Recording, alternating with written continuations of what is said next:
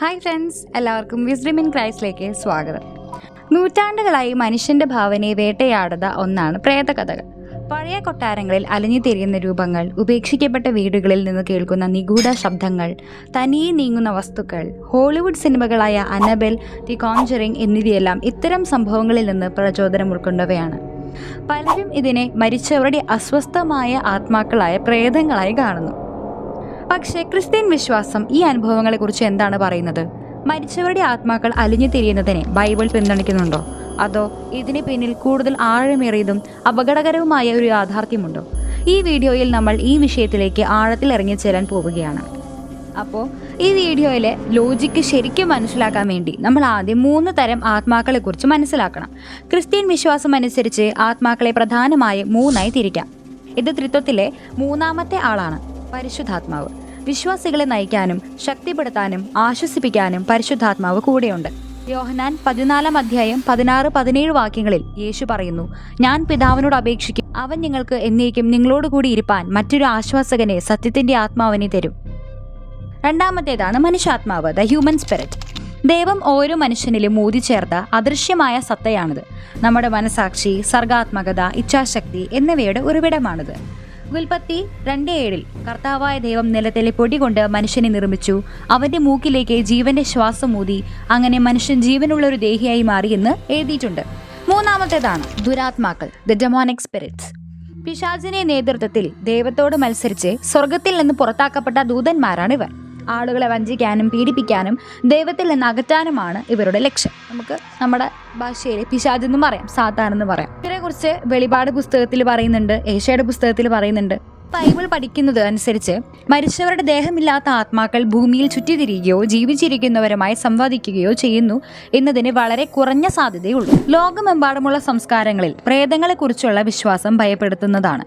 Annabel, the Conjuring പോലുള്ള സിനിമകൾ മരിച്ചവരുടെ ആത്മാക്കൾ ബാധിച്ച പാവകളെയും അമാനുഷിക ഡിസ്റ്റർബൻസുകളെയും കുറിച്ചുള്ള യഥാർത്ഥ സംഭവങ്ങളെ അടിസ്ഥാനമാക്കിയുള്ളതാണ്.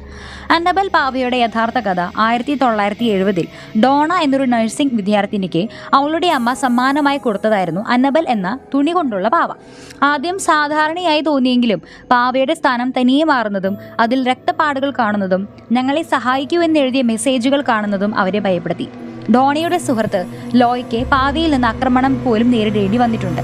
ഇതൊരു മരിച്ച കുട്ടിയുടെ ആത്മാവാണെന്ന് ഒരു സൈക്കിക് മീഡിയം പറഞ്ഞെങ്കിലും പിന്നീട് പ്രശസ്തരായ പാരാനോർമൽ ഇൻവെസ്റ്റിഗേറ്റർമാരായ എഡും ലൊറൈൻ വാറനും ഇതൊരു ദുരാത്മാവാണ് എന്ന് കണ്ടെത്തുകയായിരുന്നു.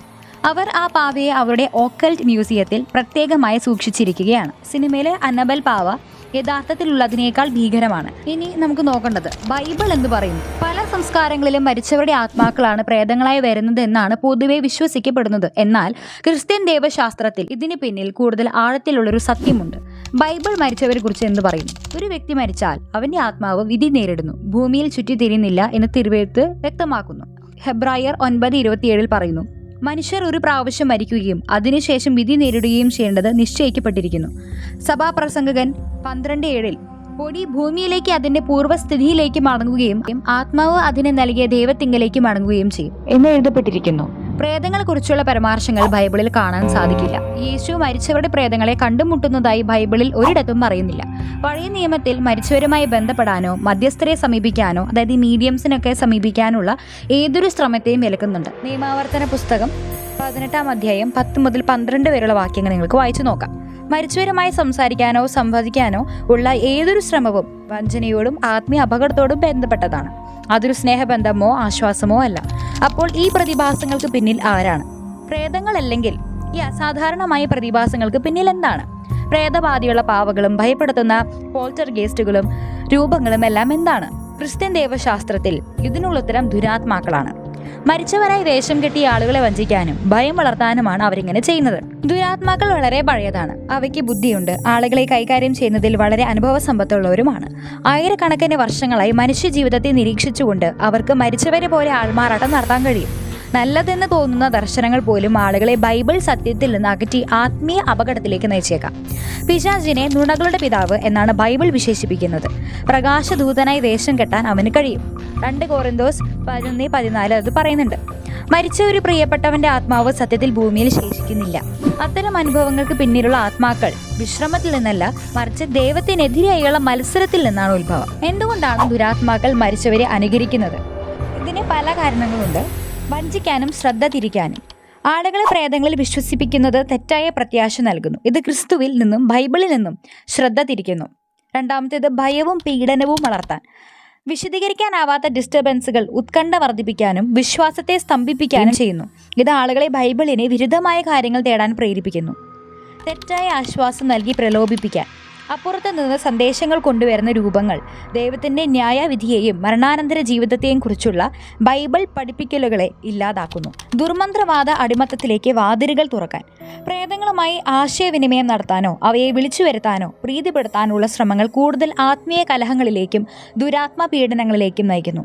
എന്താണ് ഡിസേൺമെന്റ്? പരിശുദ്ധാത്മാവ് വിശ്വാസികൾക്ക് നൽകുന്ന ഒരു ദാനമാണിത്. ഇത് യഥാർത്ഥമായതിനെയും വ്യാജമായതിനെയും ദുരാത്മ സ്വാധീനത്തെയും വേർതിരിച്ചറിയാൻ സഹായിക്കുന്നു. തിരിച്ചറിവില്ലാതെ ക്രിസ്ത്യാനികൾ ഉപദ്രവിക്കാത്ത പ്രേതങ്ങളിൽ വിശ്വസിക്കാൻ വഞ്ചിക്കപ്പെട്ടേക്കാം. യഥാർത്ഥത്തിൽ അവ ഭയത്തിൻ്റെയും വഞ്ചനയുടെയും ശത്രുക്കളാണ്. അതുകൊണ്ട് ഓർക്കുക, പ്രേതങ്ങളുമായോ മരിച്ചവരുമായോ ബന്ധപ്പെടാൻ ശ്രമിക്കരുത്. പ്രേതങ്ങളെല്ലാം ശരിക്കും അത് പൈശാചികമായിട്ടുള്ള സ്പിരിറ്റാണ്, ദുരാത്മാവാണ്, പിശാചാണെന്ന് തന്നെ നമുക്ക് പറയാം. പ്രാർത്ഥിക്കുക, വചനം പഠിക്കുക. ദൈവത്തിൻ്റെ പരിശുദ്ധാത്മാവ് നിങ്ങളുടെ ജീവിതത്തിൽ സമാധാനവും സംരക്ഷണവും കൊണ്ടുവരാൻ ക്ഷണിക്കുക. ആത്മീയ അനുഭവങ്ങളെക്കുറിച്ച് ശ്രദ്ധയോടെ ഇടപെടുക. എപ്പോഴും ബൈബിൾ സത്യങ്ങളുമായി താരതമ്യം ചെയ്യുക. പ്രേതകഥകളുടെ വൈകാരികമായ ആകർഷണം വളരെ വലുതാണ്. പക്ഷേ ഭയപ്പെടുത്തുന്ന അനുഭവങ്ങളെ അസ്വസ്ഥമായ ആത്മാക്കളുമായുള്ള കൂടിക്കാഴ്ചയെ തെറ്റിദ്ധരിക്കരുതെന്ന് ക്രിസ്ത്യാനികളോട് നിർദ്ദേശിക്കുന്നു. നമ്മുടെ യുദ്ധം പീഡിപ്പിക്കപ്പെട്ട പൂർവികരുമായിട്ടല്ല, മറിച്ച് വഞ്ചനയിൽ വിദഗ്ധനായൊരു ശത്രുവുമായിട്ടാണ്. സന്തോഷ വാർത്ത എന്തെന്നാൽ ക്രിസ്തുവിനെ വിശ്വസിക്കുന്ന എല്ലാവർക്കും ഭയത്തെ അകറ്റാനും ഓരോ പ്രേതബാധയ്ക്കും പിന്നിലെ നുണകളെ തുറന്നു കാട്ടാനും ക്രിസ്തു സ്വാതന്ത്ര്യം അധികാരവും നൽകുന്നുണ്ട്. ഭയമില്ലാതെ രാത്രിയെ നേരിടാൻ ക്രിസ്ത്യാനികൾ ബൈബിൾ സത്യത്തിന്റെ വെളിച്ചം സ്വീകരിക്കാൻ വിളിക്കപ്പെട്ടിരിക്കുന്നു. ആത്മീയ യാഥാർത്ഥ്യം സിനിമകൾക്ക് സങ്കല്പിക്കാൻ കഴിയുന്നതിലും ആഴമേറിയതും നിഗൂഢവുമാണ്. എന്നാൽ ക്രിസ്തുവിൽ ഉറച്ചു നിൽക്കുന്നവർക്ക് അത് അതിരുകളില്ലാത്ത പ്രത്യാശയും നൽകുന്നു. ഈ വീഡിയോയുടെ പ്രധാനപ്പെട്ട കാര്യം ഇതാണ്. പ്രേതകഥകൾ, പ്രേതബാധകൾ മനുഷ്യരുടെ ആത്മാക്കളാണെന്ന് കരുതുന്ന മറ്റു പ്രതിഭാസങ്ങൾ എന്നിവയെല്ലാം ദുരാത്മാക്കളുടെ വഞ്ചനപരമായ പ്രവൃത്തികളാണ്. സാത്താനും അവൻ്റെ ദുരാത്മാക്കളും ജീവിച്ചിരിക്കുന്നവരെയും മരിച്ചവരെയും കുറിച്ച് പഠിച്ച് നമ്മുടെ ദുഃഖമോ കൗതുകമോ മുതലെടുക്കാൻ വിവരങ്ങൾ ഉപയോഗിക്കുന്നു. ഭയം, സംശയം, ആത്മീയ അടിമത്തം എന്നിവ വളർത്തുക എന്നതാണ് അവരുടെ അത്യന്ത ലക്ഷ്യം. അപ്പോൾ ഫ്രണ്ട്സ്, ഈ കാര്യങ്ങൾ നിങ്ങൾക്ക് വ്യക്തമായി മനസ്സിലായി എന്ന് വിശ്വസിക്കുന്നു. ഇനിയൊരു പ്രധാനപ്പെട്ട കാര്യം, ചില പാവകളോ മറ്റു വസ്തുക്കളോ നമ്മൾ കടകളിൽ നിന്നോ മറ്റോ വാങ്ങുന്നത് പോലും അപകടകരമായേക്കാം. അത്തരം ചില വസ്തുക്കളെക്കുറിച്ചും അവ എങ്ങനെ നമ്മുടെ ആത്മീയ ജീവിതത്തിൽ പ്രശ്നങ്ങൾ സൃഷ്ടിക്കുന്നു എന്നതിനെക്കുറിച്ചും ഒരു വീഡിയോ നമ്മൾ അടുത്തതായി ചെയ്യും. ആ വീഡിയോ നിങ്ങൾ തീർച്ചയായും കാണും. അതുപോലെ ചില വിശുദ്ധന്മാരുടെ ജീവിതത്തിൽ മരണശേഷം ആത്മാക്കളെ കാണുകയും അവർ പ്രാർത്ഥനയും സഹായം ചോദിക്കുകയും ചെയ്ത സംഭവങ്ങൾ രേഖപ്പെടുത്തിയിട്ടുണ്ട്. അതിനെപ്പറ്റി നിങ്ങൾക്കിപ്പോൾ സംശയം ഉണ്ടായിട്ടുണ്ടായിരിക്കാം. കാരണം ഇപ്പോൾ തന്നെയാണ് നമ്മൾ പറഞ്ഞത് പ്രേതങ്ങളില്ല എന്നുള്ള കാര്യം. അപ്പോൾ ഈ ഒരു കേസ് സ്പെഷ്യലാണ്. ഈ വിഷയത്തെക്കുറിച്ച് ബൈബിൾ വീക്ഷണത്തിൽ എന്ത് പറയാനുണ്ടെന്നും അത് ഈ വീഡിയോയിൽ വിഷയവുമായി എങ്ങനെ ബന്ധപ്പെട്ടിരിക്കുന്നുവെന്നും അടുത്ത വീഡിയോയിൽ നമ്മൾ ചർച്ച ചെയ്യും. ഈ വീഡിയോ നിങ്ങൾക്ക് പ്രയോജനപ്പെട്ടെന്ന് വിശ്വസിക്കുന്നു. നിങ്ങളുടെ അഭിപ്രായങ്ങളും ചോദ്യങ്ങളും കമൻറ്റ് ബോക്സിൽ അറിയിക്കുക. കൂടുതൽ ക്രിസ്ത്യൻ വിഷയങ്ങളെക്കുറിച്ച് സംസാരിക്കുന്ന വീഡിയോകൾക്കായി എൻ്റെ ചാനൽ സബ്സ്ക്രൈബ് ചെയ്യാനും ബെൽ ഐക്കൺ അമർത്താനും മറക്കരുത്. അടുത്ത വീഡിയോയിൽ വീണ്ടും കാണാം. കർത്താവ് നിങ്ങളെ അനുഗ്രഹിക്കട്ടെ.